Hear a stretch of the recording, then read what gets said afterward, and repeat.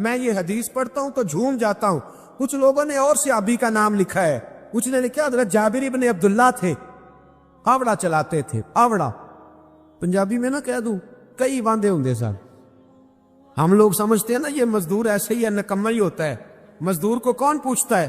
آوڑا چلاتے تھے, کدال سے محنت کرتے تھے, نبی پاک سے ملنے آئے.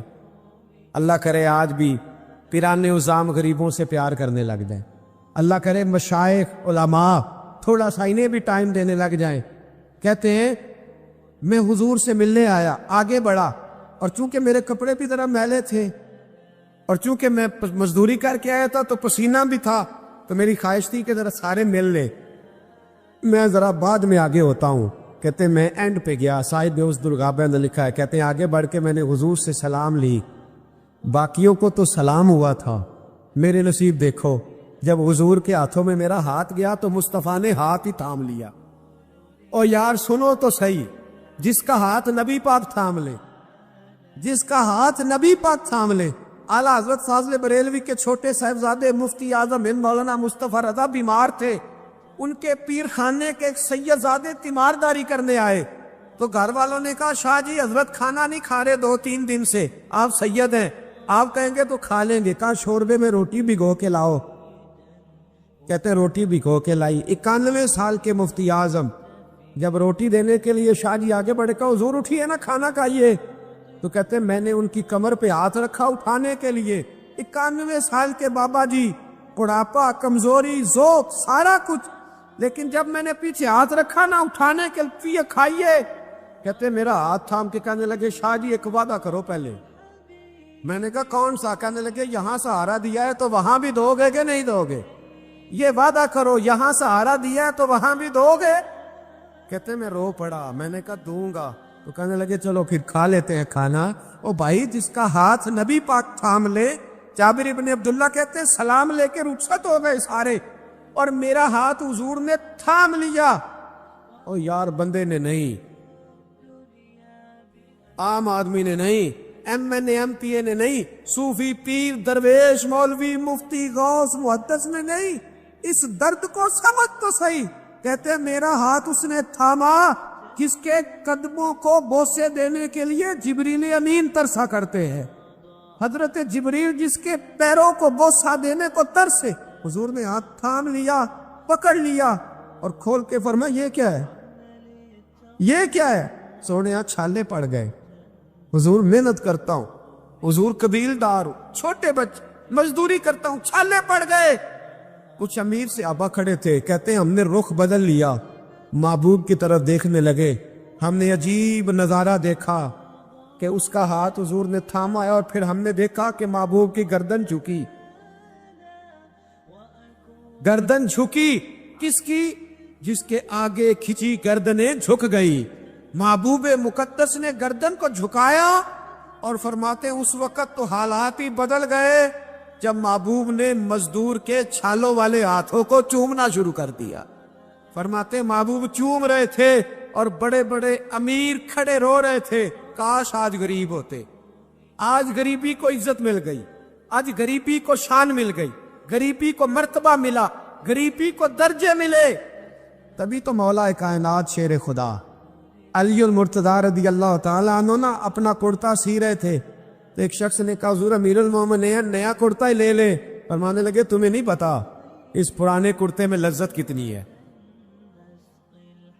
تمہیں نہیں پتا جب میں یہ پرانا کرتا سی کے پہنتا ہوں تو اللہ میرے دل کے اندر خشوع اور گزو کتنا پیدا فرماتا ہے. تمہیں نہیں پتا اس غریبی کے ذائقے کتنے ہیں, اس کے مزے کتنے. بھائی محنت کی جو کمائی ہے, جد و جہد کا جو پیسہ ہے, وہ تجھے بڑا کرے, آگے بڑھ, محنت کر. ان 2 ہاتھوں کو لڑا, دائیں بائیں نہ دیکھنا کس کے پاس کیا ہے, ورنہ حسد کی آگ میں جل کے زندگی گزرے گی. نبی پاک صلی اللہ تعالی علیہ وسلم سے ایک صحابی نے پوچھا حضور بہترین روٹی کون سی ہوتی ہے؟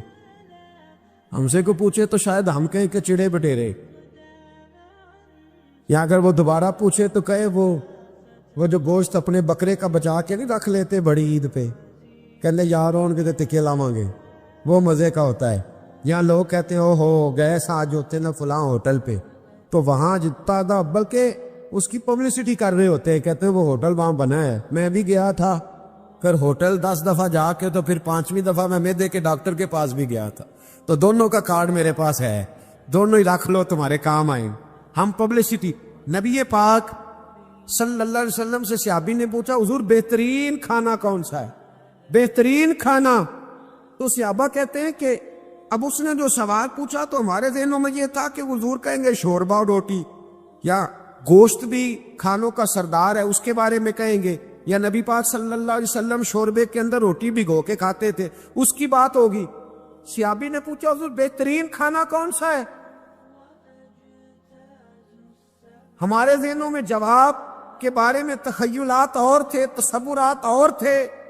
جب حضور نے پوچھا نا, اس صحابی نے پوچھا حضور کون سا کھانا بہتر ہے؟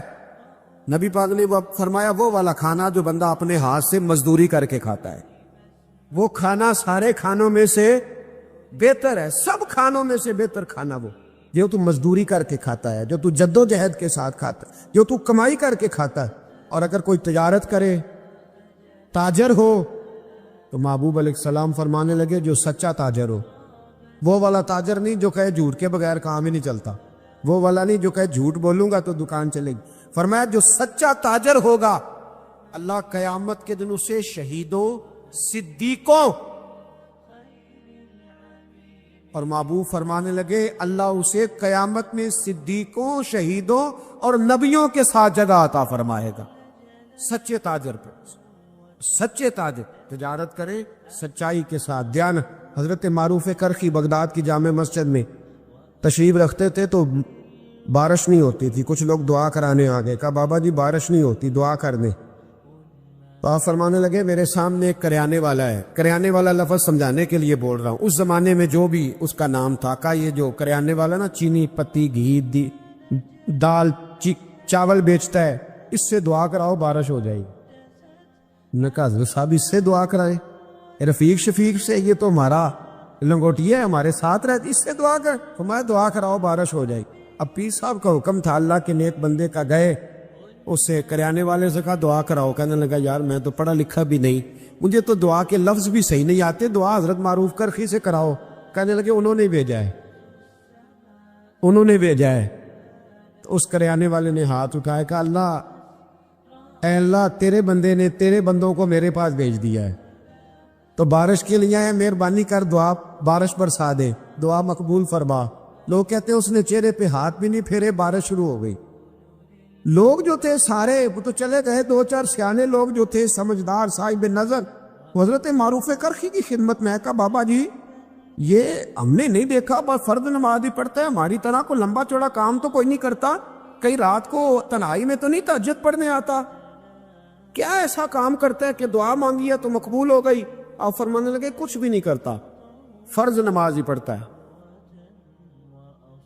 ضروریات پہ ہی عمل کرتا. کہ حضور اتنا مقبول بارگاہ کہ ہاتھ اٹھائے تو اللہ خالی نہ لوٹائے.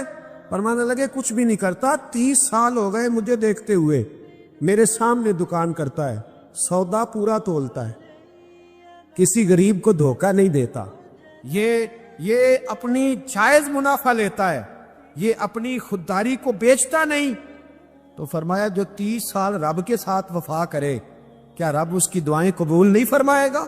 فرمایا یہ جب بھی دعا مانگے گا مجھے امید ہے اللہ ضرور قبول فرمائے گا.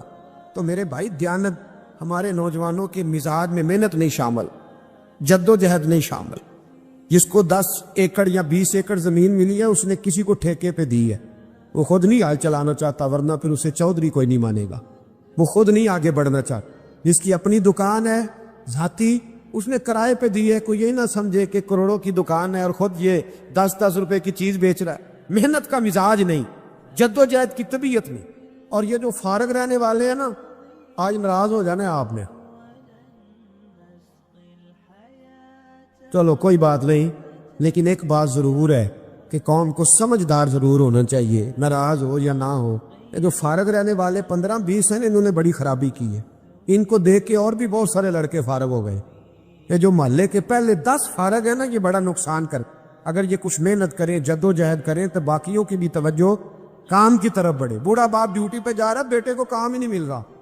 عجیب بات, بوڑھا باپ ساری مزدوری کر رہا ہے, بچہ کہتا ہے کام نہیں میری مرضی کا مل رہا. تیری مرضی کا کب ملے گا؟ محنت کرے, جد و جہد کریں، دوسروں کے ہاتھوں کی طرف دیکھنے والے بزدل ہوتے، کمزور لوگ ہوتے۔ حضرت حسن بصری رحمۃ اللہ علیہ ایک نوجوان کو روز کہتے تھے جا کوئی کام تلاش کر، روز بھیجتے۔ ایک دن وہ آگے آپ کی خدمت میں آ کے کہنے لگا حضور میں نے فیصلہ کر لیا، میں نے کوئی کام نہیں کرنا۔ فرمانے لگے کیوں؟ کہنے لگے آج میں نے عجیب سین دیکھا ہے۔ پر میں کیا دیکھ آئے ہو؟ کہنے لگا جی میں جنگل میں گیا ہوں تو میں نے دیکھا ہے ایک شیر نے شکار کیا ہے، آدھا اس نے کھا لیا ہے اور آدھا منہ میں پکڑ کے سفر شروع کر دیا ہے۔ ایک پہاڑی پہ چڑھ گیا شیر، میں بھی ایک درخت پہ چڑھا دیکھ رہا تھا۔ حضرت جی جب وہ شیر پہاڑی پہ چڑھا ہے تو وہاں ایک لومڑی بیٹھی تھی جس کی ایک ٹانگ بھی کٹی ہوئی تھی اور دونوں آنکھوں سے نابینا بھی تھی۔ اس شیر نے وہ بچا ہوا شکار اس کے منہ میں ڈالا ہے، تو جو رب لومڑی کے لیے خوراک کا بندوبست کر سکتا ہے میرے لیے بھی کرے گا، لہذا میں نے اب کام نہیں کرنا۔ حضرت حسن بصری مسکرائے، فرمانے لگے کیا بات ہے تیری، تو نے کردار دو دیکھے، ایک شیر دیکھا ایک لومڑی دیکھی۔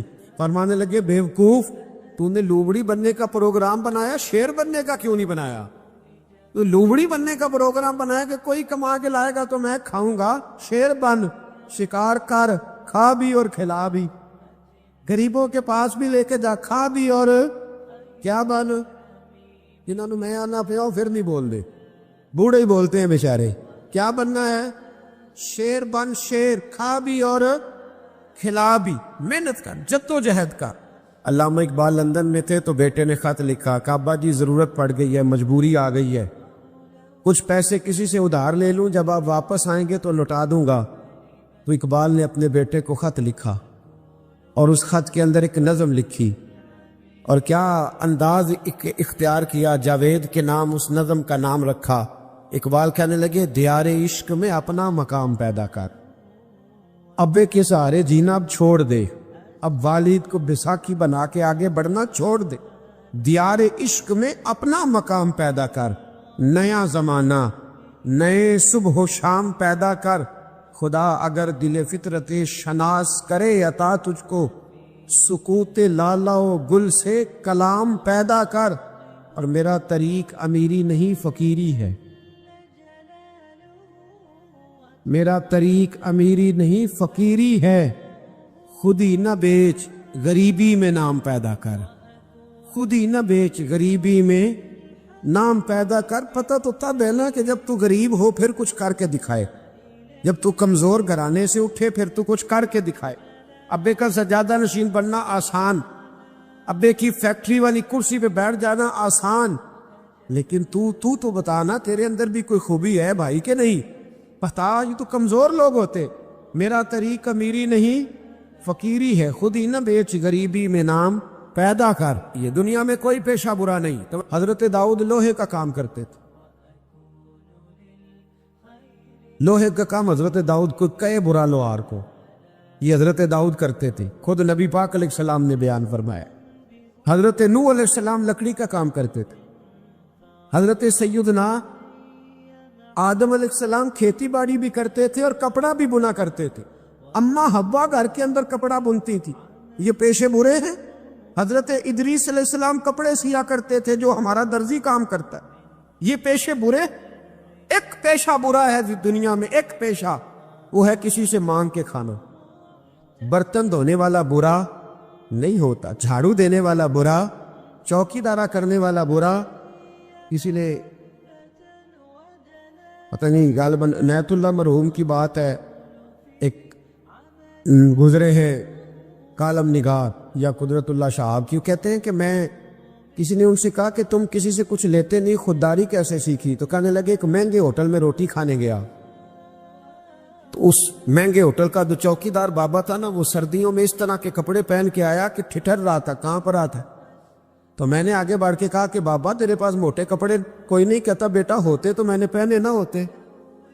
تو کہتے میں نے کہا کہ اس وقت رات ساری تو نے ڈیوٹی کرنی ہے تو انہی کپڑوں میں رہو گے؟ تو کہتے ہیں کہ وہ کہنے لگا ہاں بیٹے کیا بتاؤں، 4 بچے، بوڑھا ہوں، ان کی نوکری کرنی ہوتی ہے، اور ان 4 بچوں میں صرف بیٹیاں ہیں، بیٹا ہے کوئی نہیں میرے پاس۔ تو میں تو آج چائے پینی تھی تو میری بیوی مجھے کہہ رہی تھی کہ تھوڑی سی پتی اور 1 کپ دودھ گھر میں پڑا ہے، بچے سوتے ہیں تو آپ کو بنا کے دیتی ہیں۔ کہتے میں تو چائے اس طرح پیتا ہوں جس طرح دوائی پی جاتی ہے۔ تو میں نا وہ تھوڑی سی سب روگاں دا روگ محمد جس دا نام غریبی، تو میں نے وہ چائے میری بیوی بنا کے لائی، تو میں نے کہا بھلی مانا تجھے بھی ٹھنڈ لگ رہی ہوگی تھوڑی، تو بھی پی لے۔ تو اس نے کہا نہیں، آپ نے ساری رات چوکی دارا کرنا ہے، آپ پیے۔ کہتے میں پی کے آ گیا ہوں۔ کہتے عین عشاء کا وقت تھا، سردی کا موسم تھا، گھاس تھی باغ، ہوٹل کے بابا کھڑا تھا۔ کہتے میں نے نا بابے کی بات سنی تو میں نے سمجھا کہ اس وقت کا سب سے بڑا سخی میں ہی ہوں، اور میں لگا ہوں قارون کے خزانے کو جوتا مارنے، لگا ہوں میں بہت بڑی سخاوت کرنے۔ کہتے ہیں میں نے جیب میں ہاتھ ڈالا اور 5 آنے نکال کے بابے کو دیے۔ میں نے کہا بابا لے جاؤ، اکٹھی چینی لے جاؤ، اور 5 آنے کا بڑا کچھ آیا کرتا تھا اس زمانے میں، اکٹھی چینی اور پتی لے جاؤ اور گھر میں چائے پیو۔ کہتے اتنی دیر ہوئی تو عشاء کی اذان ہو گئی، اور جب مؤذن نے اذان پڑھی اور میں نے 5 آنے بڑھائے تو بابے نے لپیٹ کے مجھے دیے، کہنے لگے میں تو تجھے اچھا آدمی سمجھا تھا، تو نے مجھے کیا سمجھ لیا ہے؟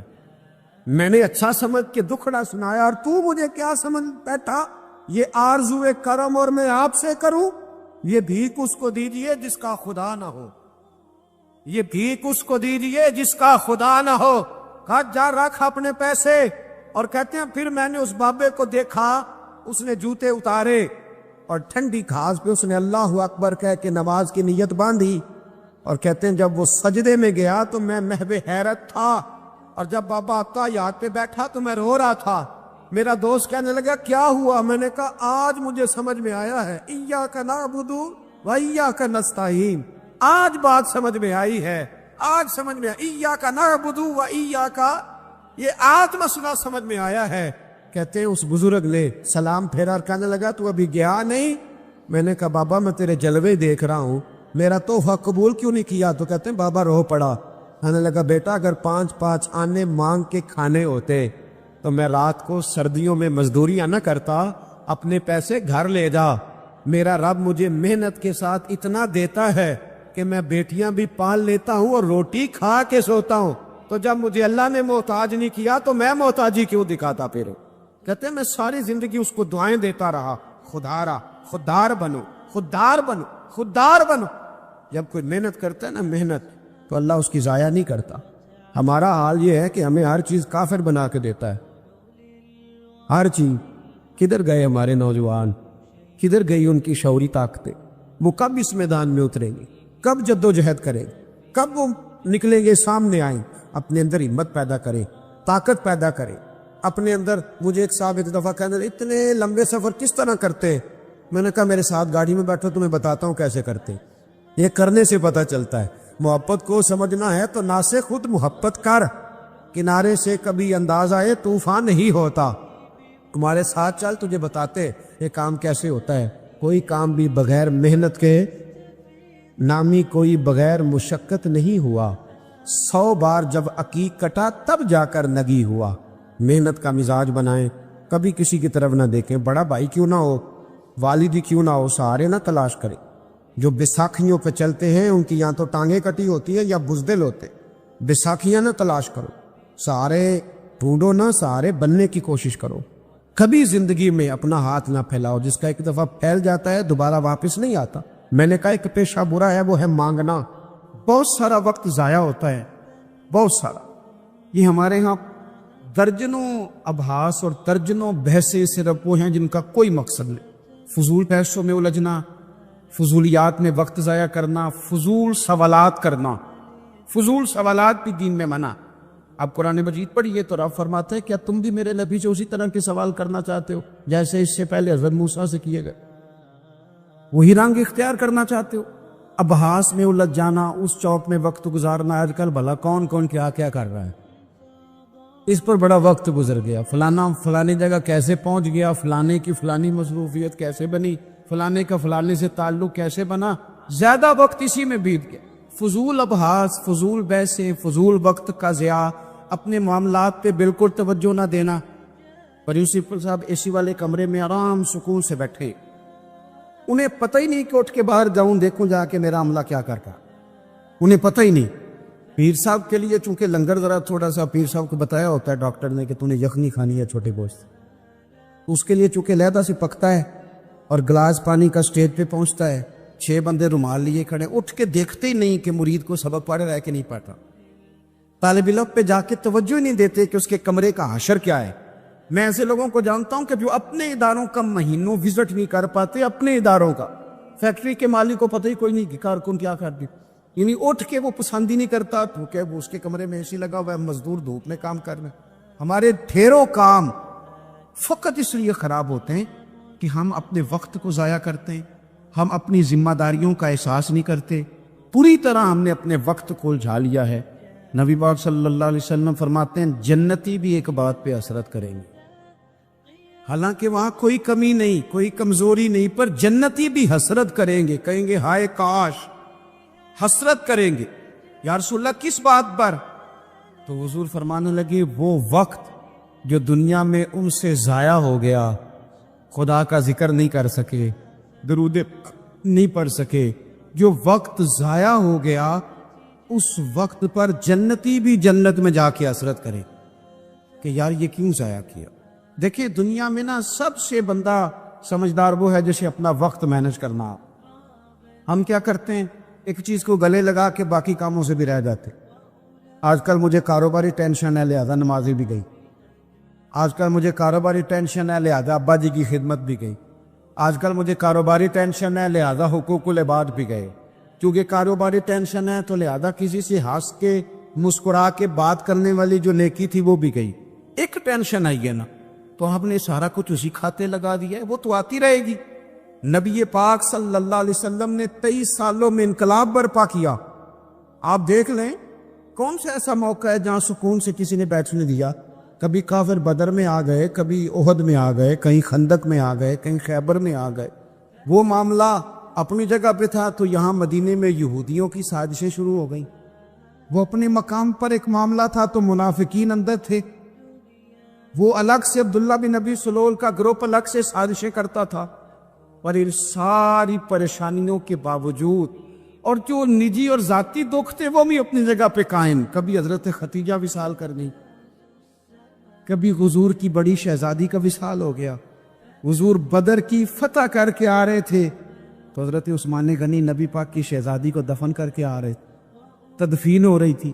یہ سارے نظام دکھ بھی ساتھ رہے، اور ان سارے کاموں کے باوجود رسول پاک تہجد بھی وقت پہ پڑھتے رہے، صحابہ کو قرآن بھی وقت پہ سکھاتے رہے، رسول پاک صلی اللہ تعالیٰ علیہ وآلہ وسلم لوگوں سے مسکرا کے بھی وقت پہ ملتے رہے، حسنین کو کندھوں پہ بٹھا کے وہ والا معاملہ بھی وقت پہ کرتے رہے۔ سارے کام ساتھ ساتھ ہوتے، ہم نے ایک تو چیز کو بولی یہ نہیں صحیح ہو رہا لہذا سارا کچھ ہی خراب ہے۔ آپ ہمارا وقت ضائع ہو رہا بھائی، اور تیزی سے ضائع ہو رہا ہے۔ کام بڑے قیمتی ہیں، اپنے آپ کو قیمتی سمجھیں۔ آپ دیکھیں نا ہمارے صوفیاء کہتے ہیں کہ وہ بار کچھ پہچاننا، اللہ کی معرفت حاصل کرنا، آگے بڑھنا یہ تو دور کی باتیں، سب سے پہلا کام یہ ہے کہ من عرف نفسہ، اپنے آپ کو تو پہچان۔ یہ جو ہمارا طبقہ نوجوانوں کا ہے اور ہمارے وہ لوگ جو ابھی اپنی عادات کو پکا رہے ہیں، وہ اپنے معاملات کو تھوڑا سا مینج کر کے چلیے۔ اگر آپ سارا دن فارغ رہیں گے تو کچھ نفس کی لذات بڑھ جائے گی، چیزوں کو مینج نہیں کریں گے تو جو لوگ گھر میں سارا دن لیٹے رہتے ہیں ان کی فرمائشیں بھی بڑھ جاتی ہیں۔ کبھی ان کا صبح کے ناشتے میں پائے کھانے کو دل کر آتا، دوپہر میں کچھ فارغ ہیں تو وہ کہتے ہیں پکوڑے نکل آئیں تو تب بھی ذرا اچھا ہی رہے گا، پھر وہ تھوڑی دیر کے بعد یہ بھی فرمائش کرتے ہیں کہ شام کا وقت ہے تو چلو میٹھے میں بھی کوئی 2-1 ڈشیں بن جائیں تو اچھا ہوتا تھا۔ تو یہ مصروفیت پھر انہیں نہ اگلے کچھ مہینوں میں ڈاکٹر کے پاس لے جاتی، یہ والی مصروفیات، چونکہ آپ نے چیزوں کو مینج نہیں کیا، وقت کا تعین نہیں کیا۔ جو لوگ پابندی سے فجر کی نماز پڑھنے کے عادی ہوں، پابندی سے، وہ ذہن بنا لیں کہ آپ 2-3 دن اگر آپ نے پابندی سے الارم لگایا نا کہ مجھے 3:45 اٹھنا ہے، تو میرا خیال ہے کہ 3 یا 4 دن الارم بجے گا، 5ویں دن آپ خود بخود جاگ گئے۔ اور فجر کے بعد جب آپ واک کر کے لوٹیں اور پھر آپ کا خیال ہو کہ میں نے کچھ تلاوت بھی کر، آپ کا تعین ہو وقت کا، اور یہ رواج آپ کی وجہ سے بچوں میں منتقل ہو، آپ کی وجہ سے۔ ہمارے استاد فرمایا کرتے تھے میرے پاس چلے تو میں طالب علموں کو ہفتے میں 1 چھٹی نہ دوں، ہم لوگ ذرا تھوڑے سے پریشان ہوتے ہیں کہ بھائی استاد جی مطلب کہتے ہیں کہ ہفتے بعد بھی چھٹی نہ ہو، حالانکہ چھٹی تو ہونی چاہیے۔ وہ کیا فرماتے تھے؟ وہ کہتے تھے جس دن چھٹی ہوتی ہے شیڈول خراب ہو جاتا ہے، بچوں کا اگلے دن بھی مدرسے آنے کو دل نہیں کرتا۔ اور یہ بات ہم نے بعد میں دیکھی، اس کا تجربہ کیا کہ روٹین میں جو نظام چل رہا ہوتا ہے اس میں جب ایک دن کی بھی آپ بریک لگاتے ہیں تو اس سے اگلے دن کا ماحول خراب ہوتا ہے۔ دیکھیں کچھ لوگوں کے پاس دولت ہوتی ہے، کچھ کے پاس نہیں ہوتی، کچھ کے پاس اللہ تبارک و تعالیٰ کی دی ہوئی وسعت ہوتی ہے، کچھ کے پاس نہیں ہوتی۔ وقت ایک ایسی نعمت ہے جو اللہ نے سب کو عطا کی، اگر اس کو ہمیں مینج کرنا آ جائے، طے کرنا آ جائے۔ ہم نے ایسے لوگوں کو دیکھا جنہوں نے بڑے بڑے کارنامے سر انجام دیے۔ حضرت عمر بن عبدالعزیز رحمۃ اللہ علیہ کی عمر 39 سال ہوئی ہے، پوری 40 سال نہیں۔ ہمارے ہاں 39 سال کا ابھی نوجوان ہوتا ہے، ہاں وہ بابا کہیں تو ناراض ہو جاتا ہے۔ 39 سال عمر، 39 سال عمر مبارک تھی جس میں انہوں نے روز 5 سپارے قرآن پاک بھی پڑھ لیا، کئی لاکھ بار درود شریف بھی پڑھ لیا۔ انہوں نے اپنے پورے عہد حکومت میں بڑے بڑے سرائے قائم کیے، بڑی بڑی مساجد بنائی۔ جو پچھلے بادشاہ ان سے پہلے گزرنے والے عدل نہیں کرتے تھے وہ ساری خرابیاں دور کر کے انہوں نے عدل بھی کر دیا۔ ان 39 سالوں میں یہ وہ حسین شخص ہے پھر اس نے اتنا کام کیا کہ اسے رسول پاک کی بارگاہ سے سلام بھی آیا۔ اتنے بڑے کام کر کے وہ 39 سالوں میں اللہ کے حضور بھی حاضر ہو گئے، اور صدیاں بیت گئیں۔ خطیب ممبروں پہ بیٹھ کے ان کی تعریفیں کرتے ہیں، ان کی مثالیں دی جاتی ہیں، ان کے تذکرے کیے جاتے ہیں، ان کے احوال بیان کیے جاتے ہیں۔ وجہ کیا تھی؟ وقت نہیں ضائع، ٹائم نہیں ضائع۔ آپ یقین کریں اتنا وقت ہے ہمارے پاس، اتنا وقت ہے، فلانی چیز کا بھی ہمیں پتہ ہے، فلانی چیز کا۔ حضرت بابا فرید الدین گنج شکر رحمۃ اللہ تعالی علیہ، آپ دلی میں رہتے تھے، اپنے مرشد شیخ قطب الدین بختیار کاکی کی بارگاہ۔ ایک بندہ دور سے کہیں آیا تو اس نے بابا صاحب سے کہا فلانے محلے جانا ہے، فرمانے لگے مجھے نہیں پتا اس کا۔ وہ کہنے لگا آپ دلی میں نئے آئے ہیں؟ فرمائے نہیں، سالوں بیت گئے۔ تو کہا پھر آپ کو اس محلے کا نہیں پتا؟ کہنے لگے 2 گلیوں کا پتا ہے، ایک قطب کے گھر جاتی ہے، دوسری واپس آتی ہے، تیسری کا نہیں پتا۔ وہ تو فارغ لوگ ہیں جو گھومیں گے، ادھر جائیں گے ادھر جائیں گے، ہماری تو جو ڈیوٹی ہے ہم ڈیوٹی کر رہے ہیں۔ اپنی زندگی میں اوقات کا اتنا ضیاع ہے، اتنا ضیاع، حد ہو گئی۔ ہمارے بزرگوں نے جو اب وہ کتابیں لکھ گئے جو ہم سے پڑھی نہیں جاتی، اتنی بڑی ہے، لوگ پڑھ نہیں پاتے ساری زندگی میں۔ اعلیٰ حضرت فاضل بریلوی نے 1000 کتاب لکھی ہے، اور ایسے نہیں لکھتی کہ 4 کتابیں رکھی تو 5 اس میں سے نکل آئی، ایسے نہیں، بلکہ انہوں نے ایک کتاب لکھی ہے جس کو کھولا جائے تو کئی جلدوں میں کتابیں بنتی۔ کیسے لکھا؟ وقت مینج تھا، وہ وقت پہ اٹھتے تھے، وقت پہ سوتے تھے، وقت پہ جاگتے تھے، وقت پہ نماز پڑھتے تھے، وقت پہ سارے کام کرتے۔ حکیم الامت مفتی احمد یار خان صاحب نعیمی رحمت اللہ علیہ قرآن مجید کی تفسیر لکھنے بیٹھے تو ایک پارے کی 1 جلد لکھی، 8 جلدوں میں حدیث کی شرح لکھی، سینکڑوں شاگرد بنائے، بے شمار ان کے عقیدت مند ہوئے، ان کی کتابیں انمول موتی۔ کسی نے کہا حضور سارا کچھ کیسے ہوا؟ کہنے لگے وقت نہیں ضائع کیا جی، وقت نہیں ضائع کیا۔ مفتی صاحب نا جب جمعے کا خطبہ دینے کے لیے ممبر پہ بیٹھتے تھے اور پہلی بات کرتے تھے نا الحمدللہ، تو لوگ گھڑی ٹھیک کرتے تھے، کہتے تھے لو بھی 1 بج گیا، مفتی صاحب بیٹھ گئے۔ یہ 1 منٹ آگے پیچھے نہیں ہوتے، بلکہ ایک سادی مثال، مفتی صاحب عصر کی نماز سے 15 منٹ پہلے گھر سے نکلتے تھے، تو آپ گزرتے تھے نا جہاں سے، تو ایک حویلی تھی، ایک ذمہ دار تھا، وہ اس نے بھینسیں رکھی ہوئی تھی، تو عصر سے پہلے تھوڑا سا بھینسوں والے لوگ دودھ دھونا شروع کرتے، تو مفتی صاحب جب سامنے سے گزرتے تو وہ ذمہ دار کہتا اپنے بیٹے سے انہیں پتر کٹا چھڑ دے، مفتی صاحب لنگ گئے نہیں۔ وہ کہتے ابا جی اجے تو دن کھلوتا ہے، کہتے دن نو چھڑ استاد لنگ گئے نہیں، وہ وقت پہ جاتے ہیں لہذا وقت ہو گیا، تو اس طرح کر، تو شروع کر دودھ دھونا۔ تو کہتے ہیں گھڑیاں کم ہوتی تھی، ہر بندے کے پاس ہوتی نہیں تھی، تو اگر گھڑی منگا کے بھی کبھی دیکھتے تھے تو واقعی 4:45 ہوتے تھے۔ اپنے معاملات کو لوگوں نے جب طے کر لیا، جب ان کا ارادہ بن گیا، جب وہ کام کرنے والے لوگ تھے، آپ یقین کریں کئی لوگوں کو اپنے بارے میں اتنی معلومات نہیں ہوتی جتنا ان کے پڑوسیوں کو ان کے بارے میں پتا ہوتا.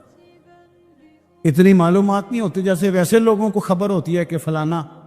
اور کسی دانشور نے بڑی عمدہ بات کی تھی. اس نے کہا تھا ہمیں پڑوسی کے بچوں کی غلط حرکتوں کا پتہ ہوتا ہے پر اس کی غربتوں کا پتہ نہیں ہوتا. یہ ذرا وقت پہ خیال کرتے ہیں کہ فلانا بچہ شرارت کتنی کرتا ہے. یہ نہیں سوچتے کہ اس کی فیس بھی ادا ہوئی ہے کہ نہیں, انہوں نے روٹی بھی کھائی ہے کہ نہیں, ان کے پاس اسکول جانے کا یونیفارم بھی ہے کہ نہیں. حضرت سیدنا طفیل بن عمر دوسی رضی اللہ تعالیٰ عنہ کہتے ہیں میں نے کلمہ پڑھا تو میرے کریم محبوب علیہ السلام فرمانے لگے جا کے نا قبیلے میں بھی دین کی دعوت دے. فرماتے ہیں میں نے پیغام دین دیا اور سارے قبیلے میں دیا, کوئی ایک دروازہ بھی رہا نہیں جہاں میں نے پیغام نہ دیا. لیکن ایک بندے نے بھی میری بات قبول نہیں کی. میں تلخ ہو گیا, اتنی دیر ہو گئی بات کرتے, ایک بھی نہیں سنتا یار. حالانکہ جو دعوت دینے والا ہوتا ہے اس کے ذمہ اذان پڑھنا ہوتا ہے. بندوق کے زور پر لوگوں کو مسجد میں لانے کی ڈیوٹی نہیں. اذان پڑھیں, صحیح کر کے پڑھیں. خودی کا سر نے ہاں لا الہ الا اللہ, خودی کا تیغ فساں لا الہ الا اللہ. اور اگرچہ بت ہیں جماعت کی آستینوں پر مجھے ہے حکم اذان لا الہ. آپ ذمہ داری پوری کریں. یہ کس نے کہا ہے کہ آپ نے بندوق کے زور پہ لوگوں کو مسجد میں لانا؟ اذان پڑھنا ڈیوٹی ہے, وہ وقت پہ دیں. حضرت طفیل بن عمر دوسی رضی اللہ تعالیٰ عنہ فرماتے ہیں کہ میں نے ایک ایک بندے کو پیغام دیا درد کے ساتھ, ایک نے بھی نہ مانی. میں واپس مدینہ منورہ لوٹ کر گیا. میں نے کہا یا رسول اللہ صلی اللہ علیہ وسلم میرے قبیلہ دوست کے لیے دعا کریں, یہ سارا تباہ ہو جائے. آج دعا کر دیں. کہتے میرے لفظوں میں اتنی شدت تھی اور میرے جملوں میں اتنا غصہ تھا اور میں اتنا ان لوگوں سے مایوس اور پریشان تھا کہ میں نے نا سخت بات کہہ دی. میں نے کہا حضور یہ نہیں مانتے, دعا کریں. وہ کہتے ہیں حضور اٹھے, وضو کیا اور پھر حضور نے مصلی بچھایا اور پھر کعبے کی جانب چہرہ نور کیا, ہاتھ اٹھائے تو لوگ کہنے لگے آج تو قبیلہ دوست والے ہلاک ہو ہی گئے, قربان جائیں.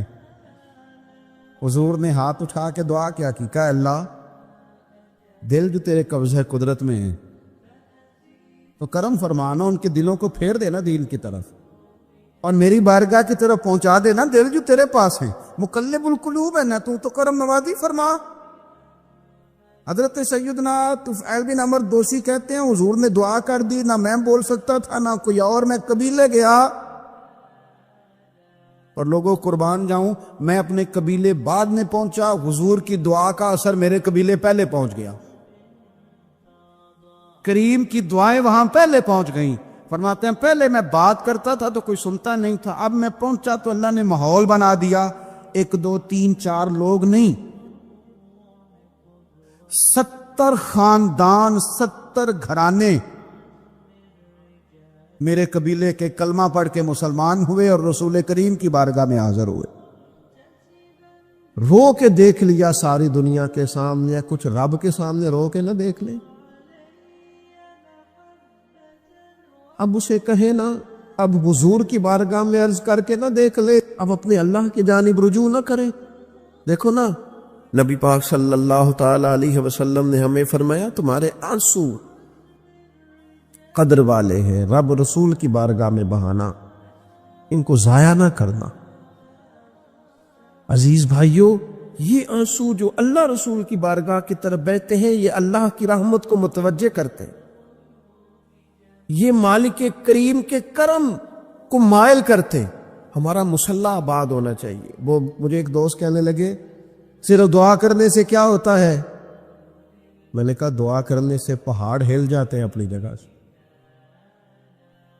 میرے رسول پاک رات کو دعا کریں تو صبح فاروق اعظم جیسے لوگ آ جاتے ہیں دین اسلام.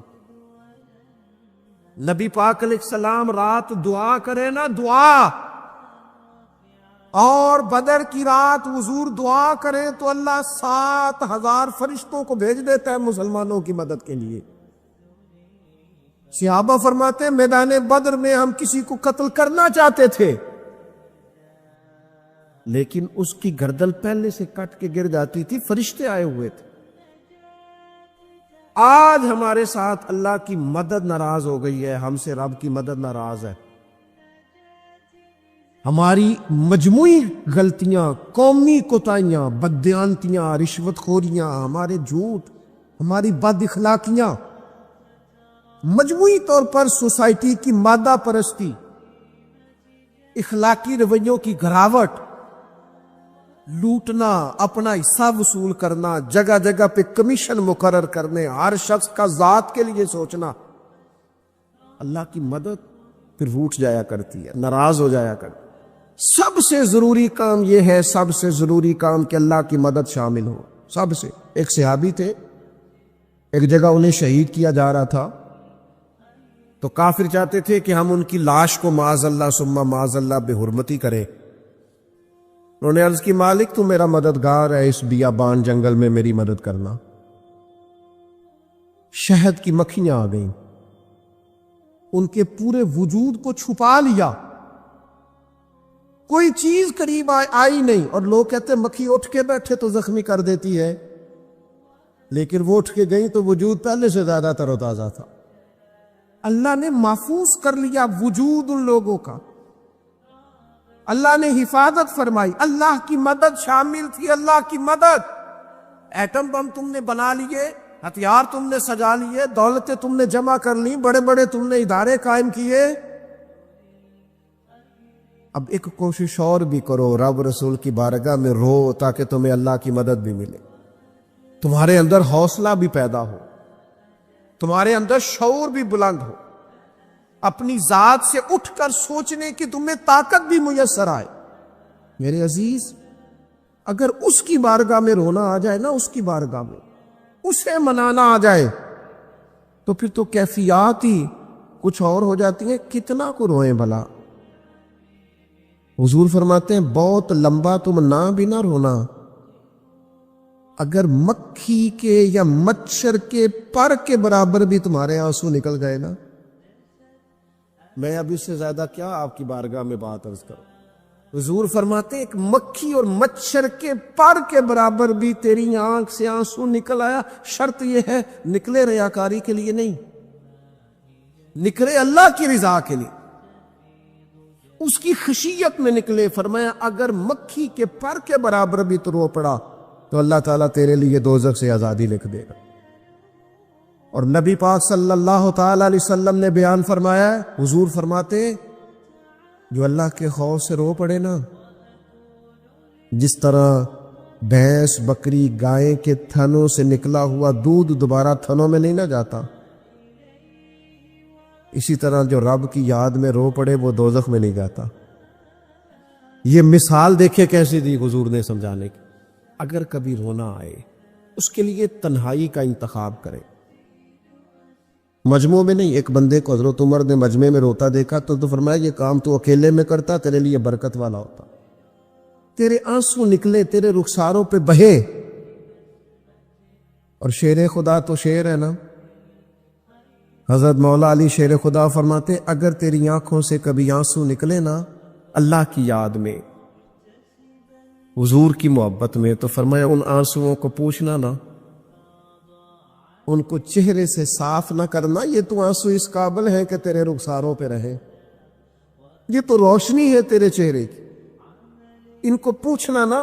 حضرت علی رضی اللہ تعالیٰ عنہ نصیحت کرتے ہیں انہیں رہنے دے، یہ آنسو بڑا قیمتی ہے، یہ نکلا تیری آنکھ سے ہے پر کسی کا ہو کے نکلا ہے، نکلا تیری آنکھ سے ہے پر کسی کے لیے نکلا، نکلا تیری آنکھ سے ہے پر اس نے تجھے بتایا ہے کہ تیرے وجود میں، تیری دھڑکنوں میں، تیرے جذبات میں کسی اور کا بھی حصہ ہے۔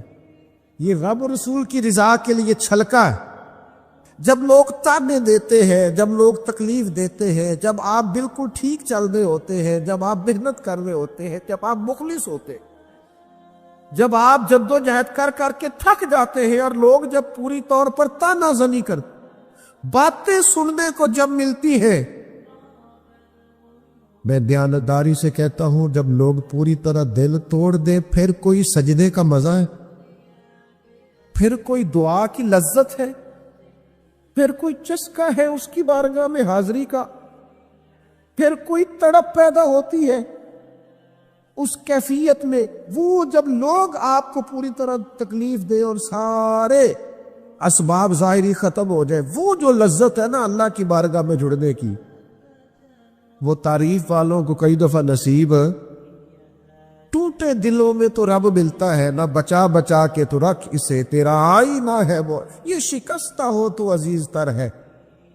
نگاہ آئینہ ساز میں میرے عزیز طے کرے کہ اپنی ضمیر کے مطابق فیصلے ہوں گے، اللہ رسول کی رضا پانے کا کام ہوگا، اور اس تعریف سے نکل آئیں گے ہم کہ لوگ ہمارے بارے میں کیا کہتے ہیں۔ میں عرض کر چکا ہوں کہ داتا علی حجویری رحمت اللہ علیہ فرماتے ہیں کہ نبی پاک علیہ السلام کو صادق کہتے ہیں، امین کہتے ہیں، صلہ رحمی کرنے والا کہتے ہیں، اور جب کہا لا الہ الا اللہ پڑھو تو پھر جادوگر، پھر معاذ اللہ شاعر، پھر کچھ اچھا وہ یہ سارا کچھ کہتے رہے تو کیا حضور شام کو بیٹھ کے حضرت صدیق اکبر کے پاس یا گھر میں سیدہ خدیجہ کے پاس یہ تبصرے کرتے تھے معاذ اللہ کہ دیکھو جی لوگ بات ہی نہیں سنتے، دیکھو توجہ ہی نہیں کرتے، دیکھو میرے جادو حضور، یہ تبصرے کرتے؟ وہ جس طرح بچہ آگ کے قریب بار بار جاتا ہے اور ماں ہاتھ پکڑ پکڑ کے روکتی نہیں، غصہ نہیں کرتی، اس کا خیال ہوتا ہے اسے پتہ ہی نہیں یہ جل جائے گا، یہ رات کو بیٹھ کے تبصرے نہیں ہوتے تھے، بلکہ اللہ کا قرآن کہتا ہے لَعَلَّكَ بَاخِعٌ نَفْسَكَ، اے محبوب کیا آپ اپنی جان پر کھیل جائیں گے؟ اللہ یکون مؤمنین، اس بات پر کہ یہ ایمان کیوں نہیں لاتے؟ حضور آپ نے تو جان کی بازی لگا دی گویا، اتنی محنت کرتے ہیں، اتنی محنت کرتے، یہ اللہ کا مراد ہے۔ وہ جادوگر کہتے جا رہے، ساحر کہتے جا رہے، اور حضور جان کی بازی لگا کر دین بتاتے جا رہے۔ یہ مزاج ہے کہ آپ ان لوگوں کے بیچ کھڑے ہو کر انہی کی خیر کی بات کریں، انہی کے حق میں بھلے کی بات کریں جو آپ پر تناظری کر، آپ انہی لوگوں کے لیے۔ دیکھیے حضرت موسیٰ علیہ السلام، کبھی فرعونیوں سے مقابلہ ہے، کبھی دریاؤں کا سفر ہے، کبھی صحراؤں کا علاقہ ہے، کس طرح حضرت موسیٰ علیہ السلام نے جد و جہد کی اپنی قوم کو نکالنے کے۔ آپ قرآن مجید کھولیں، جگہ جگہ حضرت کلیم علیہ السلام کا ذکر ملے گا، کبھی وہ پانی کا مطالبہ لے کے آ، کبھی کچھ لے کے آ۔ دن رات حضرت موسیٰ علیہ السلام انہیں فرعون سے، فرعونیوں سے نجات دلانا چاہتے ہیں، لیکن وہ کتنی ذہنی اذیت دیتے ہیں۔ آپ تاریخ پڑھ کے دیکھیں، کبھی وہ ان سے کہا گائے ذبح کرو تو پوچھتے ہیں ہمیں کیسا ہو، بچڑی ہو کہ جوان ہو۔ کبھی حضرت موسیٰ علیہ السلام کے بارے میں معاذ اللہ ثم معاذ اللہ، یہاں تک انہوں نے کہہ دیا کہ آپ نے تو اپنے بھائی حضرت ہارون کو قتل کر کیا۔ یہاں تک کہ ایک عورت کو کہا جا کے جناب حضرت موسیٰ پہ الزام لگا دو۔ کبھی وہ کہتے ہیں کہ معاذ اللہ آپ اتنا اپنے آپ کو پردوں میں چھپا کے رکھتے ہیں، چونکہ حضرت کلیم بڑے حیادار تھے، اللہ کے سارے نبی حیادار ہوتے۔ وہ کہتے تھے لگتا ہے جسم پہ معاذ اللہ ثم معاذ اللہ کوئی عیب ہے۔ کبھی کوئی بات، کبھی کوئی بات، کبھی کوئی بات۔ لیکن آپ حضرت کلیم کو دیکھیں، وہ جہاں بھی رب کی بارگاہ میں عرض کرتے ہیں اپنی امت، وہ اپنی قوم کی خیر ہی وان، وہ اللہ کی بارگاہ میں یہی عرض کرتے ہیں مالک ان کے لیے ہدایت کے راستے واضح فق۔ یہاں تک ان کی قوم نے کہہ دیا معاذ اللہ، یہ اللہ کا قرآن فرماتا ہے۔ آپ سورہ آراف پڑھ کے دیکھیے، وہ کہنے لگے اے موسیٰ ہمیں تو آپ سے پہلے بھی آپ کی وجہ سے تکلیف پہنچی، معاذ اللہ آپ کے بعد بھی آپ کی وجہ سے تکلیف پہنچی، وہ آپ کی ولادت کی خبر معروف ہی تو فرعون نے ہمارے بچے قتل کرانے شروع کر، تو آپ کے تو آنے سے پہلے ہمیں تکلیفیں پہنچ رہے۔ لیکن حضرت موسیٰ پھر بھی کہتے وہ صبر کرو تمہارا دشمن ہلاک ہو جائے، اللہ تعالیٰ تمہیں کامیابی دے گا۔ پھر اللہ تعالیٰ نے اس کا اعلان بھی فرمایا، فرمایا یاد کرو نا بنی اسرائیل والو، وہ وقت یاد کرو نا، وَإِذْ نَجَّيْنَاكُمْ مِنْ آلِ فِرْعَوْنَ، پھر ہم نے تمہیں نجات دی فرعون والوں سے، پھر ہم نے تمہیں نجات دی ان لوگوں سے، فرعونیوں سے تمہیں بچا لیا۔ کس کی برکت سے؟ حضرت موسیٰ علیہ السلام کی برکت۔ اللہ نے ان کے ذریعے تبلیغ فرما کے بچا لیا۔ قوم میں اس کے اندر تکلیف دیتی۔ حضرت سیدنا شعیب علیہ السلام کا ذکر ہمیں ملتا ہے سورہ ہود کے اندر۔ حضرت شعیب اپنی قوم کو منع کر رہے، کیا کہہ رہے؟ ناپ تول پورا کرو، نا انصافی نہ کرو، لوگوں کا حق نہ مارو، یہ خیر کی دعوت۔ قوم جواب میں کیا کہتی ہے؟ سورہ ہود پڑھیے۔ وہ کہتے ہیں ہمیں نہیں سمجھ میں آتی آپ کی باتیں، اگر ہمیں آپ کے قبیلے کا ڈر نہ ہوتا تو معاذ اللہ ہم تو آپ کو پتھر مار مار کے شہید کر دیتی۔ آپ انہیں تبلیغ دین کر رہے ہیں، آپ انہیں اخلاقیات سکھا رہے ہیں، آپ ان کے کردار و عمل میں خوبصورتی پیدا کرنا چاہ رہے۔ وہ کہتے ہیں اگر آپ کے قبیلے کا خوف نہ ہوتا تو ہم تو آپ کو شہید کر دیتے۔ تو جواب میں حضرت شعیب نے کیا کہا؟ جاؤ پھر موج کرو۔ انہوں نے کہا ایسی قوم کو تبلیغ کروں جو پتھر مارنے کی بات کرتی؟ کیا میں اب ایسے لوگوں کو دعوت خیر دوں جو مجھے شہید کرنے کی بات؟ کیا خوبصورت جملہ ہے قرآن مجید نے بیان کیا۔ حضرت سیدنا شعیب فرمانے لگے وَيَا قَوْمِ اعْمَلُوا عَلَىٰ مَكَانَتِكُمْ إِنِّي عَامِلٌ، فرمانے لگے قوم والو تم اپنی جگہ کام کرتے رہو جو تم نے کرنا ہے، اور میں اپنی جگہ دین کی تبلیغ کرتا رہو۔ کرو تم اپنا کام اور میں اپنا۔ شکوہ ظلمت شب سے تو کہیں بہتر تھا ہم اپنے حصے کی کوئی شمع جلاتے جاتے۔ خبر پھیل گئی کہ حضرت عثمان غنی کو شہید کر دیا گیا۔ انہوں نے حضرت عثمان کو روک لیا تھا، بٹھا لیا تھا۔ یہاں خبر پھیل گئی جناب عثمان کو شہید کر دیا گیا۔ عثمان، میں قربان رستوں سے جہاں تھے آپ گزرا کرتے تھے، میرے محبوب نے فرمایا آؤ بھائی سارے میرے ہاتھ پر بیعت کرو، میرے ہاتھ پر بیعت کرو، موت کی بیعت کرو، ہم نے عثمان کے خون کا بدلہ لینا۔ محبوب کا جوش و خروش، صحابہ بیعت کر رہے کس بات پر؟ حضرت عثمان کے بدلے پر۔ 1400 لوگوں نے بیعت کی بشمول مولا علی شیر خدا کے، کہ ہم نے حضرت عثمان کا بدلہ۔ حضور کو پتا تھا، محبوب تو جانتے ہیں، پر جذبات کو صحیح رخ دینا تھا۔ فرمایا آؤ بیعت کرو، اور تمام لوگوں نے بیعت کر لی، صرف حضرت عثمان نہیں تھے۔ حضرت انس بن مالک فرماتے ہیں محبوب نے اپنے ہاتھ فضا میں لہرائے، فرمایا بھی عثمان موجود نہیں ہے، فرمایا یہ ہاتھ میرا، یہ میرے عثمان کا، لو میں عثمان کی بھی بیعت کرتا ہوں، یہ عثمان کی بھی۔ حضرت حضرت انس بن مالک فرماتے ہیں، جناب انس بن مالک فرماتے ہیں قسم اللہ کی، وہ جس وقت نبی پاک نے کہا نا یہ عثمان کا ہاتھ ہے، فرماتے ہیں اس وقت عثمان کا ہاتھ کائنات کے سب لوگوں کے ہاتھوں سے بہتر ہو گیا تھا۔ اتنی عظمتیں ملی حضرت عثمان غنی کو، اتنا مقام ملا سیدنا عثمان کو۔ یہ جو لوگ ہیں نا، یہ جو دروازہ رسول کے خاص غلام ہیں، ان غلاموں کی محبت سے فیض آئے گا، رسول پاک کی محبت کا۔ غلامی کی طبیعت چاہے گی، ان سے پیار کرو گے تو مدینے والے کے محبوب بن جاؤ گے۔ ان لوگوں سے سیکھیں گے کہ دین کا اصل مزاج کیا ہے، یہ بتائیں گے۔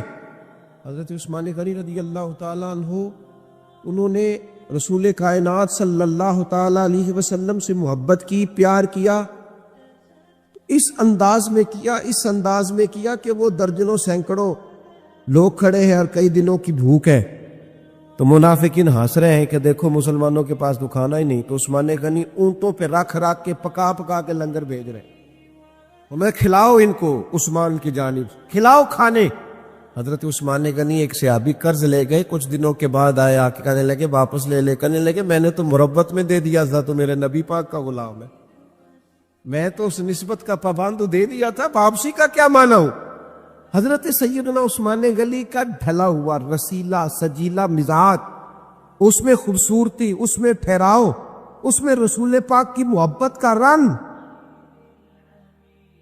حضرت رقیہ رضی اللہ تعالیٰ عنہ حضور کی صاحبزادی ہیں، ان کے ساتھ حضرت عثمان غنی کا نکاح ہوا. جناب اسامہ بن زید کہتے ہیں حضور نے مجھے کچھ چیز دینے بھیجا. ابھی میں چھوٹا تھا، گھروں میں چلا جاتا تھا، اور بعض نے لکھا ابھی پردے کی آیتیں ہی نہیں آئی تھی، لوگ جاتے تھے ایک دوسرے کے گھروں میں. حضرت اسامہ بن زید کہتے ہیں میں گیا کھانا دینے تو میں نے دونوں میاں بیوی کو گھر میں بیٹھے دیکھا. میں واپس آیا تو محبوب فرمانے لگے میری بیٹی اور میرے داماد کو دیکھا. تو میں نے کہا یا رسول اللہ دیکھا ہے. فرمایا اتنے خوبصورت لوگ پہلے بھی کبھی دیکھے؟ اتنے خوبصورت تھے حضرت عثمان غنی، اتنے حسین تھے، اتنا ان کے مزاج میں نفاست تھی، اس قدر زیادہ شرم و حیا والے. حضور فرماتے ہیں ایسے لوگ کبھی دیکھے؟ میرے دوستوں، ان لوگوں سے پیار کرنا، ان سے محبت کرنا، ان کے ناموں پر اپنی اولادوں کے نام رکھنا، ان کی غلامی کا ذکر اپنی طبیعتوں میں پیدا کرنا، اور پھر نبی پاک صلی اللہ تعالی علیہ وآلہ وسلم نہ ان کا ذکر کرتے تو مختلف انداز میں، مختلف زاویوں سے. محبوب ایک باغ میں بیٹھے، یہ بھی ذرا دیکھنا، کبھی من موج میں ہوتا ہے اور تن شوق میں ہوتا ہے، کبھی کیفیات اور ہوتی ہے. کبھی وہ ایک مقام پہ کہا تھا نا میرے اوپر ایک ایسا وقت آتا ہے کہ میرے ساتھ میرا رب ہوتا ہے جو اس کی شان کے لائق. تو نبی پاک علیہ السلام پر گویا وہ جو حضور فرماتے ہیں نا میرے ساتھ ایک ایسا وقت آتا ہے جب میرے ساتھ میرا کریم مالک کرم نوازی فرماتا ہے، وہی آتی ہے یا کلام کرتا ہے. تو محبوب پاک صلی اللہ تعالی وسلم تشریف فرمایا. جناب ابو موسیٰ اشعری رضی اللہ تعالیٰ عنہ فرماتے ایک باغ میں حضور بیٹھے تھے، تو میری حضور نے ڈیوٹی لگائی باہر دروازے پر. فرماتے باہر کوئی آیا اس باغ کے دروازے پر تو حضور فرمانے لگے جو دروازے پہ آیا اسے اجازت بھی دے دو اور جنت کی بشارت بھی دے دو. ظاہراً تو حضرت ابو موسیٰ اشعری نے بھی بندہ نہیں دیکھا کون آیا ہے، وہ سامنے تو آیا ہی نہیں، لیکن حضور نے اندر بیٹھے بیٹھے ہی نا، اندر بیٹھے بیٹھے ہی محبوب فرمانے لگے وہ جو آیا ہے نا، کیونکہ حضور تو مالک ہے نا جنت کے. میرے امام فرماتے تجھ سے اور جنت سے کیا مطلب، منکر دور ہو، ہم رسول اللہ کے، جنت رسول اللہ کی. حضور اندر بیٹھے دیکھا ہی نہیں باہر کون ہے، اور فرمانے لگے وہ جو آیا دروازے تو اسے بتا دو تو جنتی ہے. حضرت ابو موسیٰ اشعری کہتے ہیں دروازہ کھولا تو ابو بکر صدیق تھے. یہ دیکھو کن کے نام جنت الاٹ ہوتی ہے اور بار بار انہی کا قرہ نکل آتا ہے، انہی کے تذکرے ہونے لگتے ہیں، انہی کا ذکر. سیدنا صدیق اکبر فرماتے ہیں تھوڑی دیر کے بعد پھر کوئی دروازے پہ آیا، حضور فرمانے لگے اسے اجازت بھی دے دو اور جنت کی بشارت بھی دے دو. یہ سیاستہ میں حدیث موجود ہے. فرماتے ہیں میں جو گیا دروازہ کھولا تو دروازے پہ فاروق اعظم تھے. سیدنا ابو موسیٰ اشعری کہتے ہیں دروازے پہ دستک ہوئی تو میرا پھر نہ دھیان لبہائے مبارکہ کی طرف ہی تھا، وہ زبان جس کو سب کن کی کنجی کہے، جس کو سب کن کی کنجی کہے، اس کی نافذ حکومت پہ لاکھوں سلام. پھر دروازے پہ دستک ہوئی تو کریم فرمانے لگے دروازہ کھولو اور اس بندے سے کہو تم پر آزمائش بھی آئے گی پر یہ بتا دو تو ہے جنتی. تمہیں آزمائشیں دیکھنی پڑیں گی، تکلیفیں آئیں گی، فتنے آئیں. کہتے میں دروازے پہ گیا تو سیدنا عثمان غنی موجود. میرے دوستو ان لوگوں کے بارے میں کبھی تشکیک کا شکار نہ ہونا، کسی شرارت کرنے والے کی شرارت کے پیچھے نہ چلنا. میرے نبی پاک علیہ الصلوۃ والسلام نے تو پہلے خبر دی تھی کہ حضرت عثمان غنی پر فتنے آئیں گی، آزمائشیں آئیں گی، اور صحیح روایت میں موجود ہے خبر دی تھی. حضرت عثمان غنی رضی اللہ تعالیٰ عنہ کا تو وہ مقام و مرتبہ ہے، وہ شان ہے کہ ان کی شہادت کی خبر بھی رسول پاک نے دے دی. فرمایا یہ شہید ہوگا عثمان، شہادت تک کی خبر. حضور کو پیار ہے نا سیدنا عثمان. نبی پاک صلی اللہ تعالی علیہ وآلہ وسلم احد پہاڑ پہ گئے تو احد پہاڑ کانپنے لگا. کون تھا حضور کے ساتھ؟ حضرت صدیق اکبر تھے، سیدنا فاروق اعظم تھے اور حضرت عثمان غنی تھے. احد پہاڑ کانپنے لگا.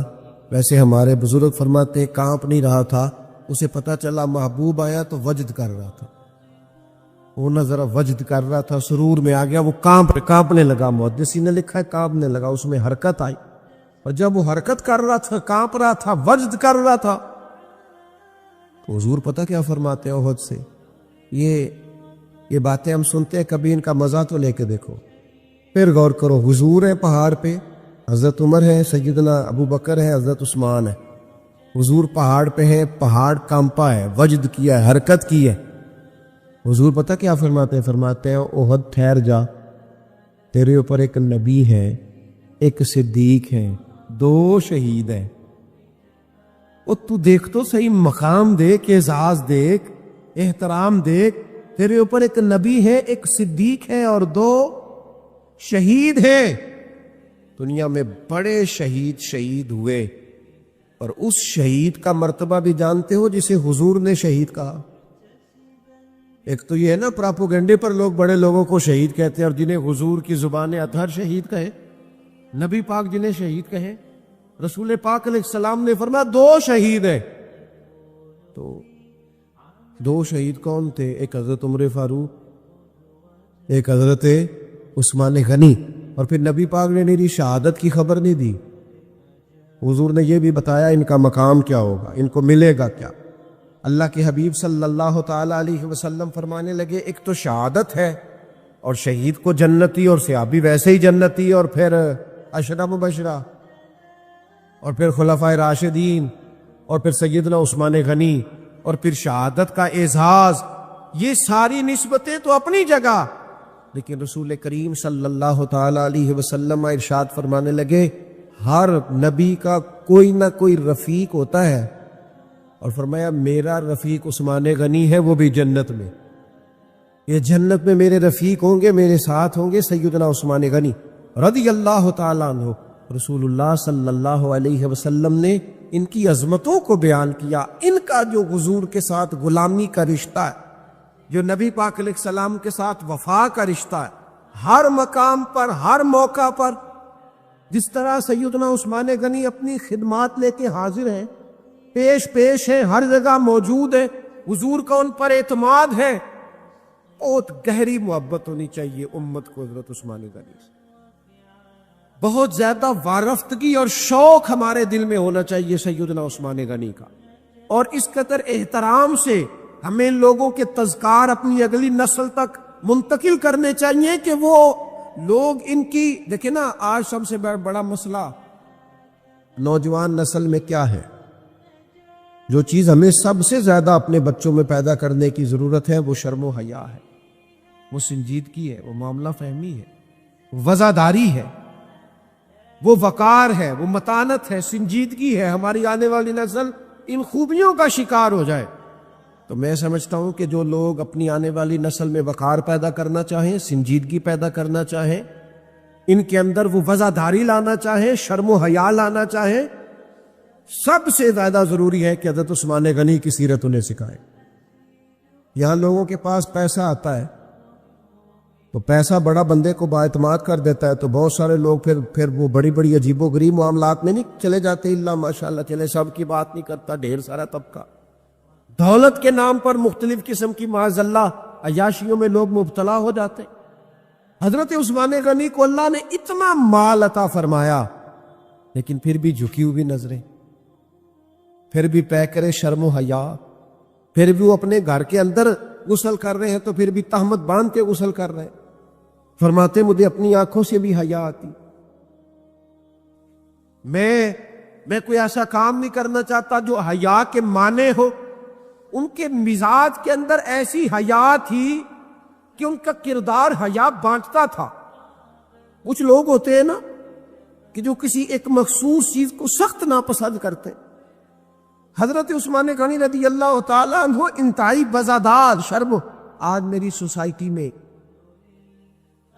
زو مانا باتیں پھیلائی گئی، غلط باتیں کی جاتی، ایسی باتیں، اور ایسے لوگ اس سطح پر اتر کر باتیں کرتے ہیں جن کے منہ سے اچھی بھی نہیں لگتی کہ یار آپ اپنی وزاداری دیکھیں، آپ نے کتنی کمزور بات کر. بچوں کے بیچ بیٹھ کر، دوستوں کے بیچ بیٹھ کر آپ نے اتنی چھوٹی بات کر دی. آپ نے صرف 2 لمحوں کے لیے لوگوں کو ہنسانا تھا، لیکن آپ نے حیا کا ہی خیال نہیں رکھا. آپ کے جو من میں آیا آپ نے کہہ دیا. ہر بات کو سنانے کی ہوتی ہے، ہر بات پہ. حضرت علی شیر خدا فرماتے میں نے ایک مخصوص مسئلہ حضور سے پوچھنا تھا، لیکن مجھے اتنی حیا آتی تھی میں کئی ہفتے کئی مہینے پوچھ نہیں سکا. حالانکہ بات شریعت کی پوچھنی تھی، فرماتے پھر کوئی شخص آیا، اس نے وہ بات پوچھی تو میرا بھی مسئلہ حل ہو گیا۔ مزاج میں جب شرم و حیا ہوتی ہے، اور فرمایا جب بندہ بے حیا ہو جائے پھر جو مرضی کرے، پھر تو لوگ باپ کو مذاق کرتے ہیں، پھر تو اپنے بزرگوں کو مذاق کرتے ہیں۔ لہجوں کا سنجیدہ ہونا، متانت، وزاداری، وقار، ہر جگہ ہر بات نہیں کی جا سکتی، لہذا انسان کو اپنی ہر حیثیت کا خیال ہونا چاہیے۔ حضرت عثمان غنی کے مزاج کے اندر جو حیا کوٹ کوٹ کے بھری ہوئی تھی، نبی پاک علیہ السلام آرام فرمائے، بڑی معروف روایت ہے، اور تھوڑی سی پنڈلی مبارک سے چادر مبارک کٹی ہوئی ہے۔ حضرت ابو بکر آئے، حضور لیٹے رہے، عمر آئے، لیٹے رہے، سیدہ عائشہ کہتی ہیں عثمان غنی آئے۔ اچھا ایک بات یہاں، حضرت عمر مزاج کی جلالی ہے، جناب عثمان تو ٹھنڈی طبیعت کے آگے، لیکن ان کے مزاج کے اندر وہ جو ایک الگ وزاداری ہے، ان کے مزاج کے اندر وہ جو اس معاملے کے اندر بہت زیادہ سنجیدگی ہے۔ دروازے پہ تستو، کوئی کون ہے دروازے پہ؟ حضور میں عثمان غنی۔ فرمایا ذرا رکو، سیدہ کہتی ہیں حضور اٹھ کے بیٹھے۔ اللہ کرے آپ سمجھیں، یہ حضور کی شفقت ہے غلام کے لیے، یہ محبوب کی۔ اوے چھوٹے تو خیال رکھتے ہی ہیں بڑوں کی، یہ پسند ہے یہ پسند ہے، لیکن اگر محبوب کریم اتنا کرم کرے، اپنے غلام کی چاہت کا خیال کرے، تو پھر بات بھی دیکھے اور پھر اس غلام کی شان بھی دیکھے۔ نبی کریم صلی اللہ تعالی وسلم نے فرمایا ذرا رکو، حضرت عثمان غنی رک گئے، محبوب اٹھے، پہلے اپنی چادر مبارک کو ٹھیک کیا، اور پھر حضور نے فرمایا اب آ جاؤ۔ بات چیت ہوئی، سیدنا عثمان تشریف لے گئے، باقی بھی چلے گئے، تو سیدہ عائشہ صدیقہ کہتی میں نے عرض کی حضور ابو بکر صدیق بھی آئے، فاروق اعظم بھی آئے، اور عثمان غنی؟ یا رسول اللہ آپ نے کہا رکو، اور رکے، پھر آپ نے اپنی تہمت کو سمیٹا، تو کریم نے کیا فرمایا؟ حضور فرمانے لگے عائشہ جس سے فرشتے بھی حیا کرے، اوئے ہوئے، فرمایا جس سے فرشتے بھی حیا کرے، میں نہ اس سے حیا کروں۔ فرشتے عثمان غنی سے حیا کرے، فرشتے سیدنا عثمان غنی سے تو فرشتے حیا کرے، حضور حیا کرے، پھر وہ بڑا بے حیا نہیں جو عثمان غنی کا حیا نہ کرے، بڑا بے حیا ہے جو سیدنا عثمان کا حیا نہ کرے۔ حضرت عثمان غنی کے بارے میں حضور نے فرمایا ان سے تو فرشتے بھی حیا کر کے